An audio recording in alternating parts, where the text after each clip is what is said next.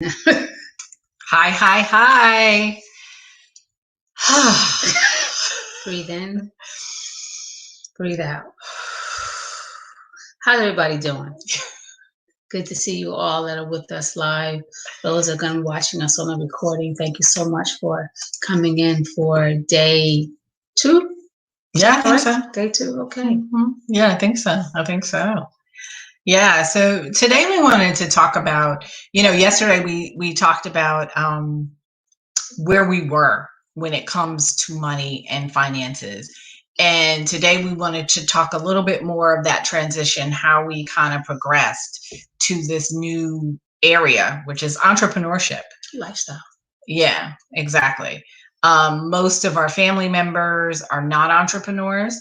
We were both, well, I'll talk about how I was raised. Michelle can talk about how she was raised, but Yes. I was raised to, go get a really good job, get a really good education, and just work and be happy and content with that. And that's kind of how I was raised. I wasn't taught to be an entrepreneur, to kind of think outside the box, to create my own way. It was like, oh, you better have that good job because you need that security. What about you? I would say the same thing. I was taught to get a good education at school, go to college, go to good college, the best college that you can possibly go to, and then get a good job. And with that good job, there's good benefits, there's good money, there's retirement, all the things that per se back in the day was very, very important. So, and then entrepreneurship was not even thought of, or having your own business, or making that money and that type of situation wasn't even thought of. The thought of wasn't discussed, but getting a good job to have a good life was talked about. Yeah, because I think there was a lot of fear. A lot of fear. I don't know about you, but I was raised with a lot of fear of security, of, getting that good, back in the day, they always say, get that good government job, get that good government job, and you would have security and your life would be fine. But the reality of it is as we grew up, that wasn't the case. It's not true anymore. Maybe when we first started in our 20s, maybe, but the reality of it is it's really not true anymore because there really isn't that job security. Right. For most of us. A lot of jobs don't last as long. Technology has changed. Experience has changed. So what you might have started when you were 18, by the time you got, let's say, 30, the job per se might be different. The market's different as well. So all that takes into consideration. Yeah. And then it starts to get scary, right? Because now that we're saying that there's no job, real quote unquote security, or if you get a pension, are you really going to be okay with that pension and not be able to have another job? So then you start to talk about entrepreneurship, which is risk taking, which is scary, which is not dependability, which is not security. It's all the opposites of what they said. And I think that's why we were directed to get the good job, because our parents didn't understand the power of entrepreneurship and where that could take us and where that could go. Yes, I would agree to that too. Because then once you got that good job, and then let's say you retired, what did you do afterwards? And what if you wasn't bringing home the same amount of money and now that you're retired, that you were when you were working? Now you're home with less money, trying to figure out, what do I do now? But if you had entrepreneurship, you will have a flux of money, of income, of different experiences still coming in. Yeah. And entrepreneurship opens up a whole nother world, because like you heard us talk about, we never said we love the job. We never said we love what we do. It was always told to get a good job. No one said you should love your work. No one said, hey, do what you love and it'll be fine. People just said, where can you get a good job? That was kind of it. So no one was speaking about our love or our passion, or do something that excites you and lights you up, and do it and be the boss, and you can make your own money. Let me ask you a question. What was your first job? Let's see. My first job was a camp counselor when I was 13. Let's say 13. I think, yeah, someone did me a favor. In 13, I was a camp counselor. And so I worked the whole summer at the age of 13 and have worked ever since the age of 13. Got you. And did that teach you anything? Yes, definitely taught me what a paycheck was. It definitely taught me what value, like spending your time. Is this hour of time or aggravation with those kids worth this money I was getting paid? Mm-hmm. So that was very clear at the age of 13 was, do I really want to spend my time making this amount of money with these people? Mm-hmm. And that I learned at an early age of like be picky and choose your jobs wisely, because those hours, you know, if you're doing something horrible, an hour can feel like 5 hours. And I think too, getting a job at an early age, if you think about it, you're making a certain amount of money working all these hours. I worked 40 hours, and this is all I made. Yeah, this is all I'm bringing home after the 40 hours that I did. I put all my time and sweat in 40 hours. Yes, I keep saying 40 hours. And this is all I brought home. But with entrepreneurship, it's your hours. You set the time, and also something you love, money just flows in. Why? Because you love what you're doing. I believe my first job was bookstore. I believe it was a bookstore. And yes, bookstores are fun, but think about it today, those bookstores are closed. Yeah. People, once the internet came, people started, reading on the internet. Mm-hmm. So if that's all I did for a couple number of years and then it closes, what's next for me? Mm-hmm. So how did you feel when you first had the conversation about being an entrepreneur? Because it was never done before. Mm-hmm. It wasn't what you were raised to be and to do. So what were you feeling? No. I mean, I felt honestly, it was fear, because it was stepping out of my comfort zone, finding something, doing what I love, but seeing, is what I love, can that make money? Mm-hmm. How would I step into this? How do I do it? Who am I talking to? Mm-hmm. Yeah, it was a lot of fear, because it was definitely something new. Mm-hmm. How about you? I think for me, it was like the stability. I like the stability of having the check and knowing how much came in every month. Like I told you guys, I was on this tight budget thing and I was like rigid. So knowing and having that security was really helpful for me. But entrepreneurship opened a whole new world for me. Like I'm a creative. I like creating different things. I like doing different things. So entrepreneurship fed that for me, but it was still full of fear. Because the thing with entrepreneurship is, can I do it? When I work for someone else, the company does it. The company sets the policy, they set the culture, they set the value of how much I'm worth. But as an entrepreneur, it's all on me. Because it's yours. Yeah.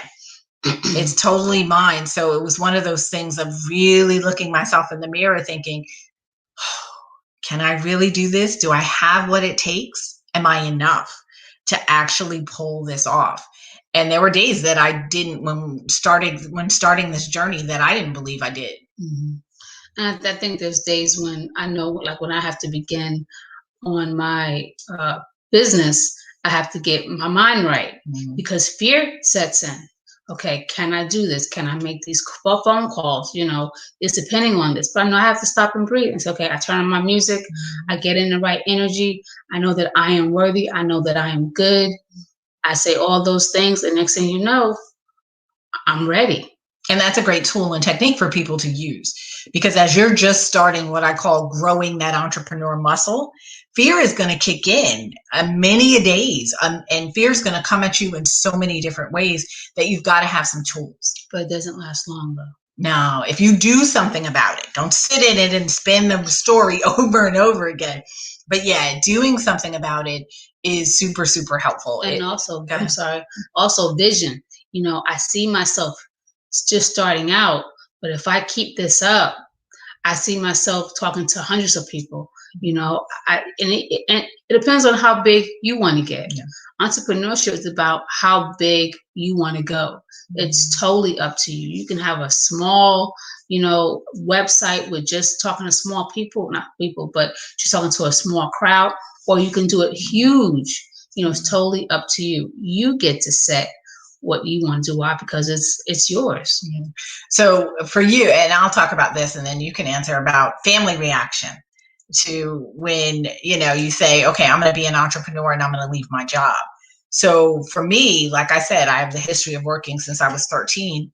And when I decided to take this journey, I don't know, 7 years ago, 5, 6 years ago, almost 7 years ago, my family was looking upside my head like, what?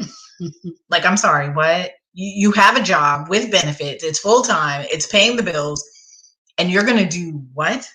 Yeah, I think that's what people say, though. I think that's what families, because they don't understand. Yeah, well, we've never done this. Like, now, granted, there have been entrepreneurs in the past, way back in my family, but nobody left a job that was satisfying sort of the bills to go and just chuck it and leave it.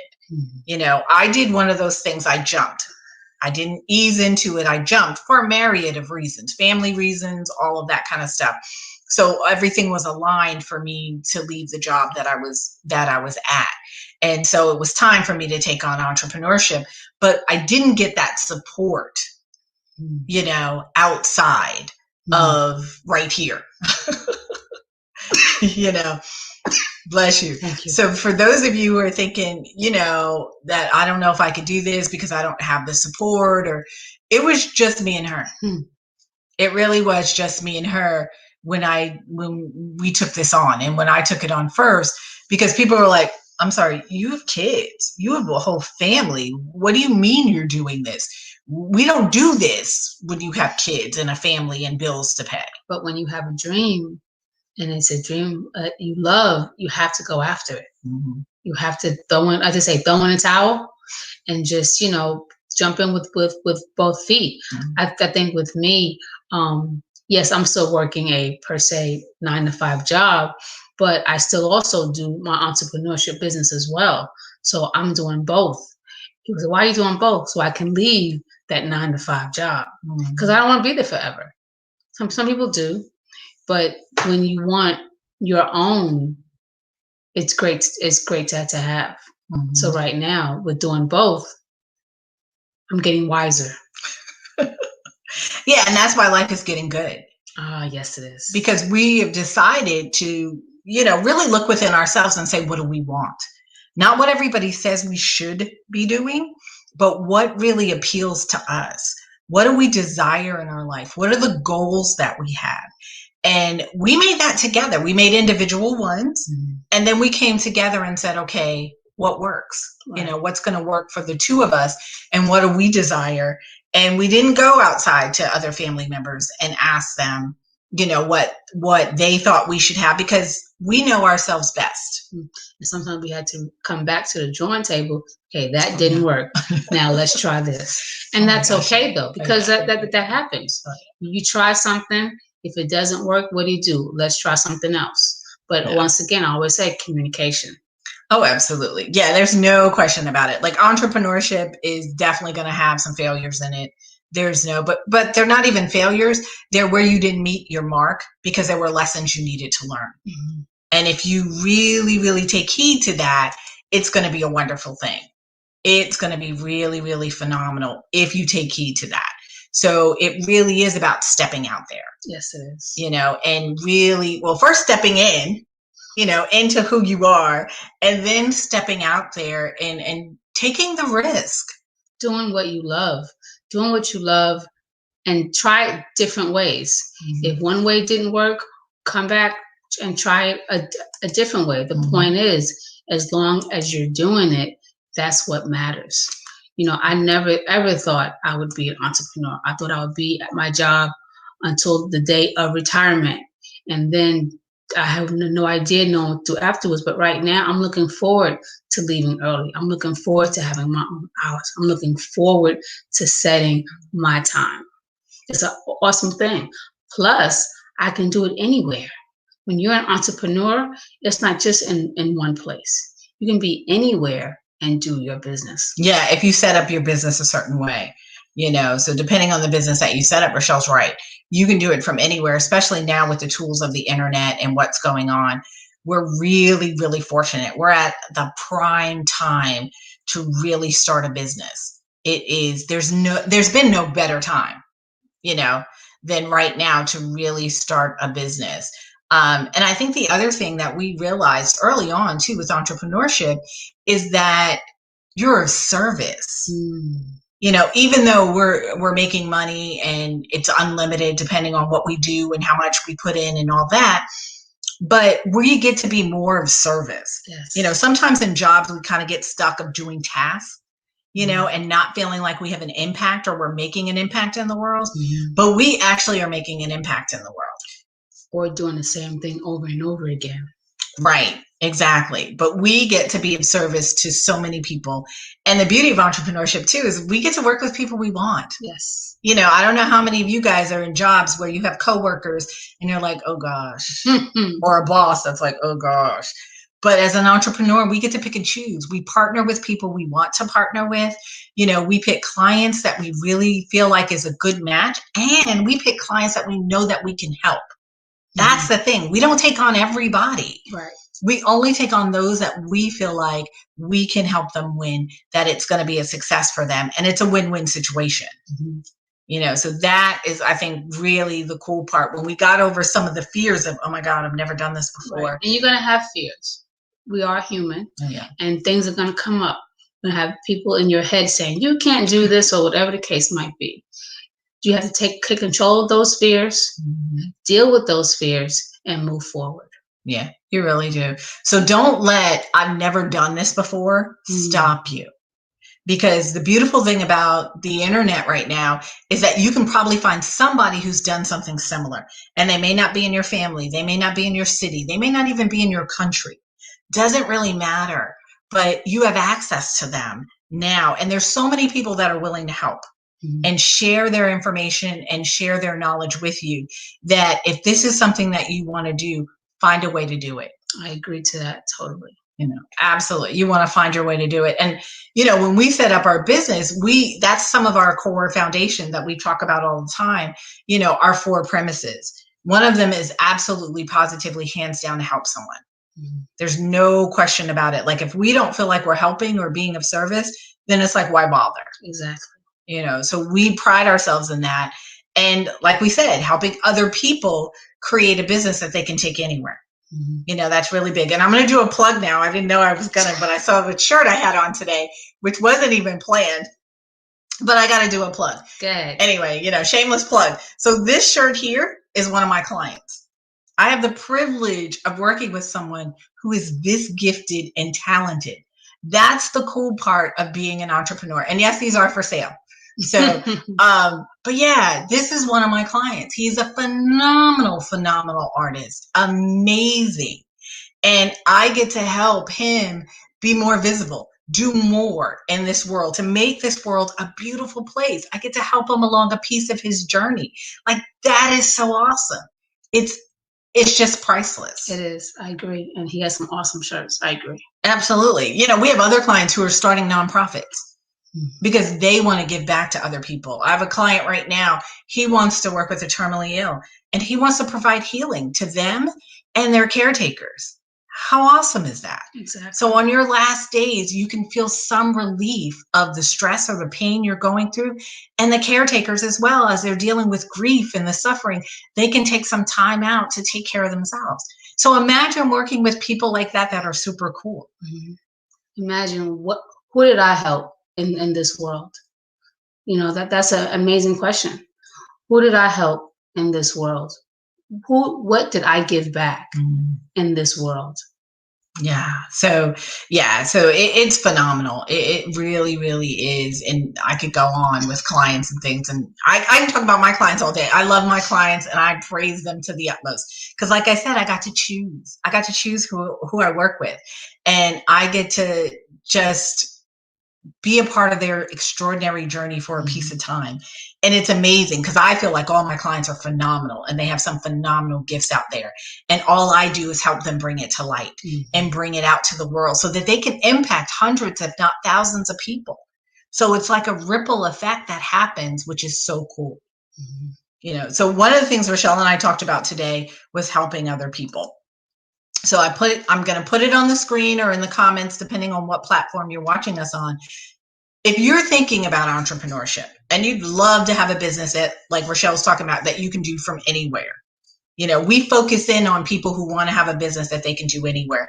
If you have a brick and mortar businesses, yes, we have worked with clients like that. Definitely. We can answer some questions for you on that. But we really focus in on people who can take their business wherever their life leads them. Go ahead. I was going to say, something? even if you have some ideas and you're not even sure about, you know, you have, let's say you have 5 things you want to do, but you're not, but you need a pinpoint it down. We're here for that as well. Absolutely. And so what you'll see on the screen, and those of you who are on other platforms, you'll see it in the comments. We're going to put down our calendar link. So if you want to take a mini breakthrough session where we can help you break through the confusion, break through the what should I do, if you're willing to step into entrepreneurship and want to have that conversation, we'd love to have that with you. Yes. You know, we absolutely would. So in this session, what we do is we strategize with you to give you some support to starting of a game plan, so that you know where to go next with your life if you're going to be this entrepreneur, what journey that you want to take. Because for all of us, it's going to be different. There's not a cookie cutter answer. Whether you have a product or a service that you know you want to offer, or you're interested in promoting somebody else's products, doesn't really matter to us. We can help you get on the right path to where you want to be. To entrepreneurship, to have your dreams come true, to do what you want to do, how you want to do it, and when you want to do it. Absolutely. So guys, that's it for us today. We will be back tomorrow. As a matter of fact, I just thought about it. We'll be back tomorrow with part 3. Yes. So have a phenomenal night, and we'll talk to you soon.